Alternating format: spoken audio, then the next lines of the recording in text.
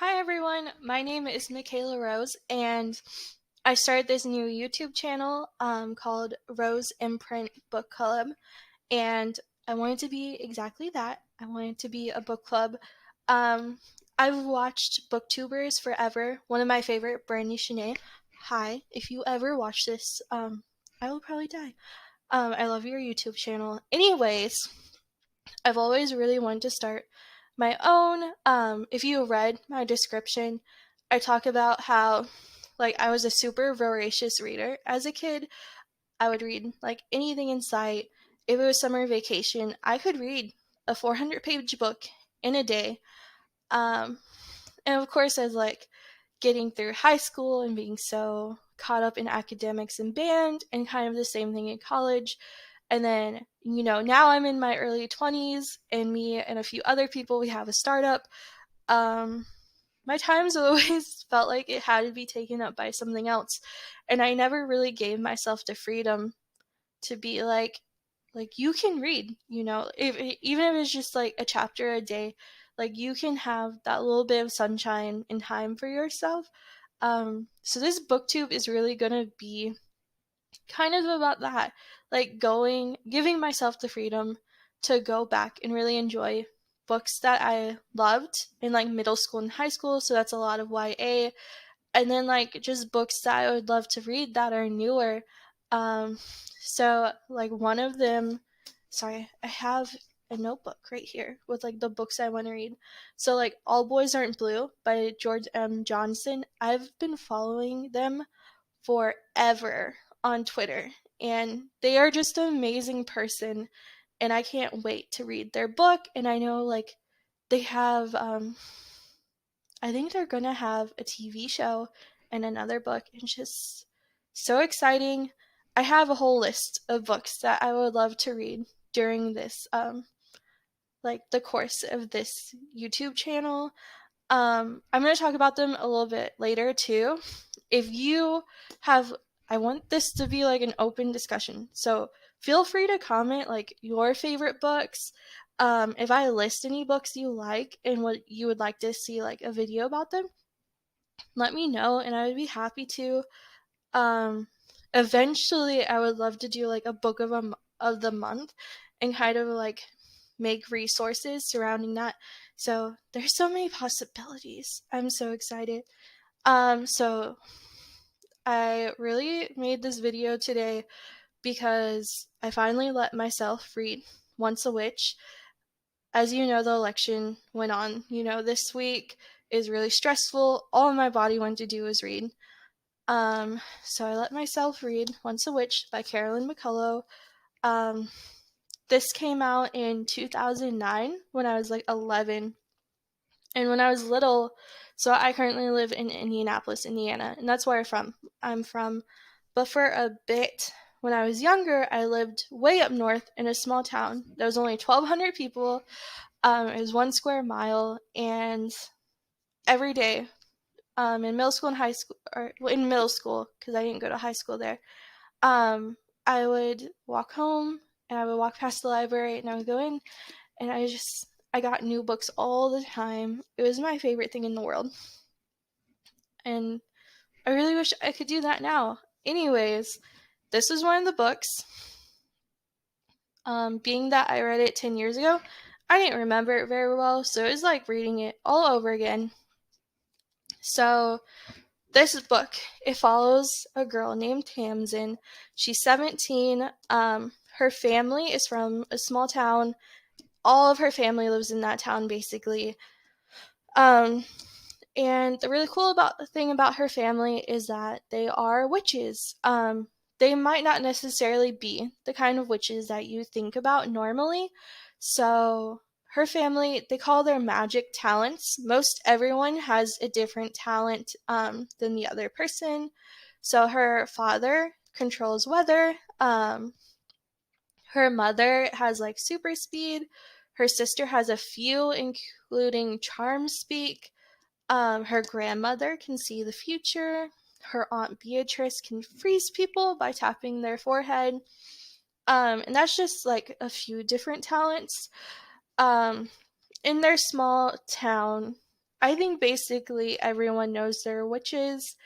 Um, and then, but it's kind of like, secretive, because they talk about how sometimes, like in the night, people come to their back door asking for advice or like potions, and they're happy to help them, but everything is still, word of mouth, very secretive.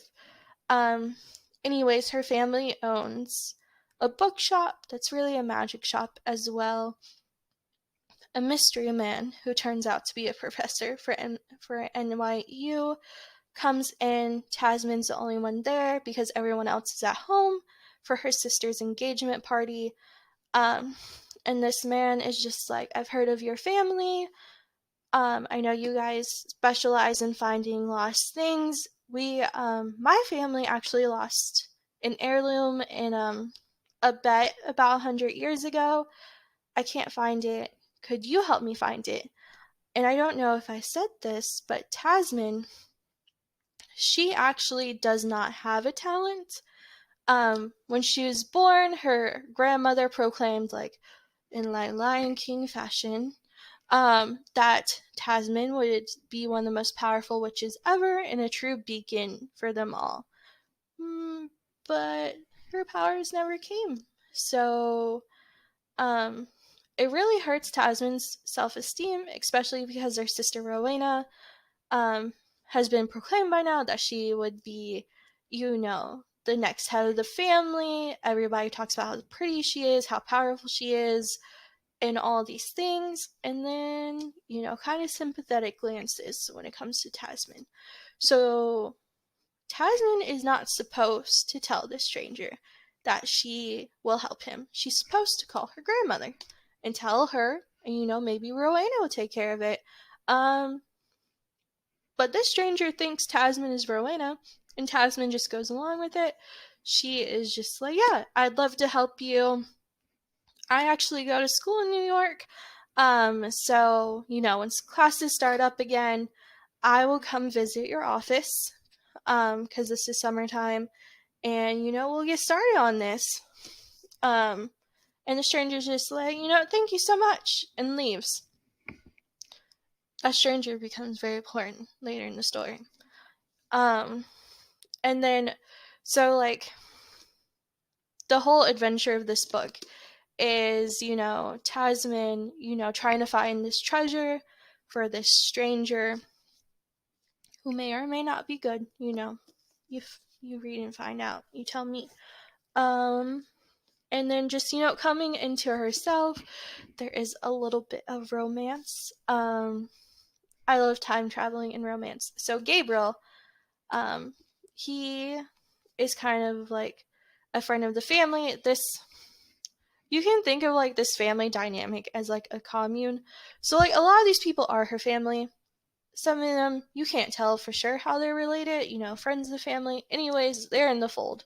So Gabriel is more of like, in the fold, kind of friends of the family kind of thing. Him and his mother. He really likes Tasman. He has a talent for finding things. And you'll find out that he can actually, time travel to be able to find things too. That really comes in handy for Tasman, and they start a little budding romance. I'm gonna have to read the sequel to see how it goes. But I love time travel and romance. I don't know if any of you have ever watched Find Me in Paris, but that has a lot of time travel and romance and ballet, and I love that. So if there are any Find Me in Paris fans, please tell me. And then like Tasman really growing into herself. So you find out that Tasman maybe actually does have a talent, and it's really cool to see how it contrasts with Rowena. And there's a lot of sibling rivalry, but I think it really gets worked out by the end.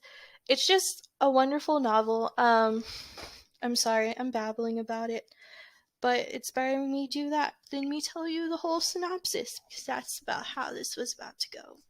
I would give it 5 stars just because it's more of like an enjoyment read. Um, as far as my taste now, if I was to read this for the first time today, it would not be 5 stars because just like I really enjoy things now that have diversity, where it's like diversity in people, like cultural backgrounds, maybe like sexualities and genders, and like religions and perspectives and things like that. Um, could like in this book, like the main characters are pretty explicitly, you know, white. And I can play around with the background characters in my head and like make them different, but like that doesn't make it not necessarily canon.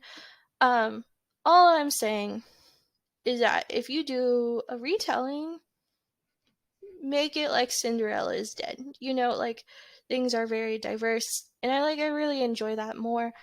Um, but that's just not what this book is. So I'm just saying like that's my taste now.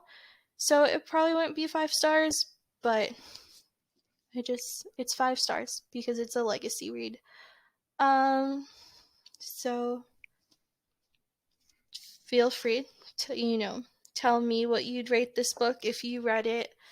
Um, so that is my first book review. We'll see how much I grow throughout the years. The most important thing is starting. So if you enjoyed this video, let me know. I do want to kind of tell you like what else is in my library.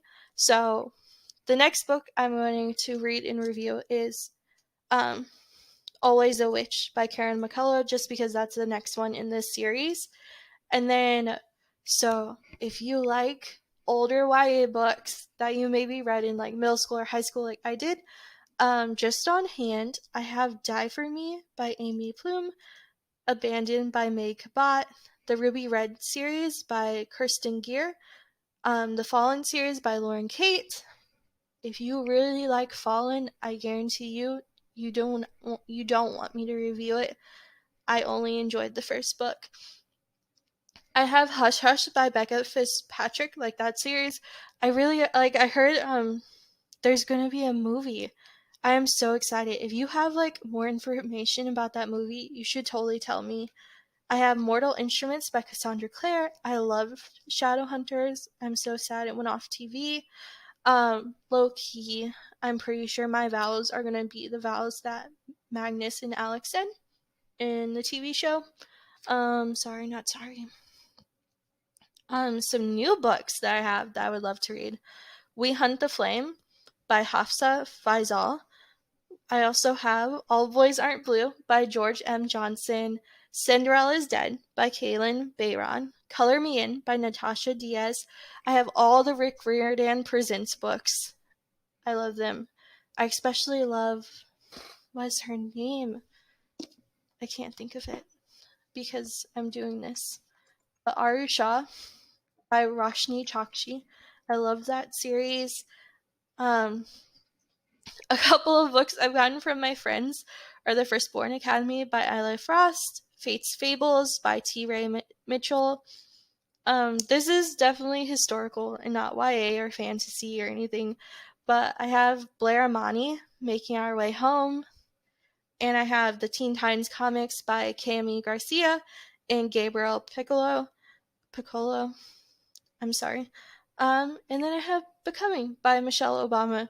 So if you are interested in any of those books and want to have a chat about them or want me to do a video about them, I'm like super interested in doing that. I'm so sorry this has gone on for so long, but thank you for, kind of like listening to me talk about Once a Witch and me starting this booktube. I'm so excited. Have a wonderful day. Thank you for watching. Bye, everyone.